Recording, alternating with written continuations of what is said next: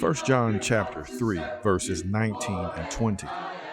This is how we will know that we belong to the truth, and will reassure our hearts before him whenever our hearts condemn us. For God is greater than our hearts, and he knows all things. This passage speaks to something many believers experience, that quiet inward voice of condemnation. Even as followers of Christ, there will be moments, sometimes frequent and sometimes intense, when our own hearts rise up to accuse us. That inner voice might say, "You are not truly forgiven. You don't belong to God. Look at what you did." John acknowledges in this passage that reality. He doesn't ignore it and he doesn't downplay it, but he responds with something more powerful: reassurance. God is greater than our hearts. Yes, the heart can condemn. God outranks the heart. His voice is louder than the heart's voice.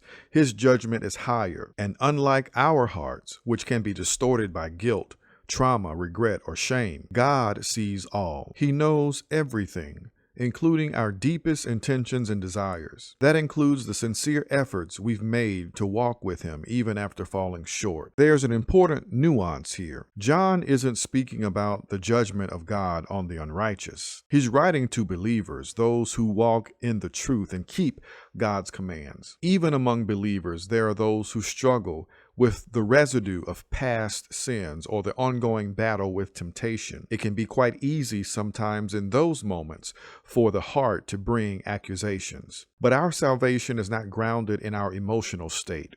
It's grounded in the truth that God justifies and forgives through Jesus of Nazareth. And when our hearts try to sabotage that truth, God steps in to say, "I know you. I know your heart, and I'm greater than your guilt." Think about how profound that is. God knows all things, not just the expanse of the universe, not just the laws of nature and history. He knows you. He knows what's real behind the surface. He knows when regret is sincere, when repentance is genuine, and when the desire to be close to him is strong, even if our record isn't spotless. This should bring us comfort. We don't have to perform for God or pretend that everything is fine. He knows already. He knows when we're broken, when we're fighting doubt, and when our hearts are heavy. But because he knows, and because he is greater than our hearts, we can rest.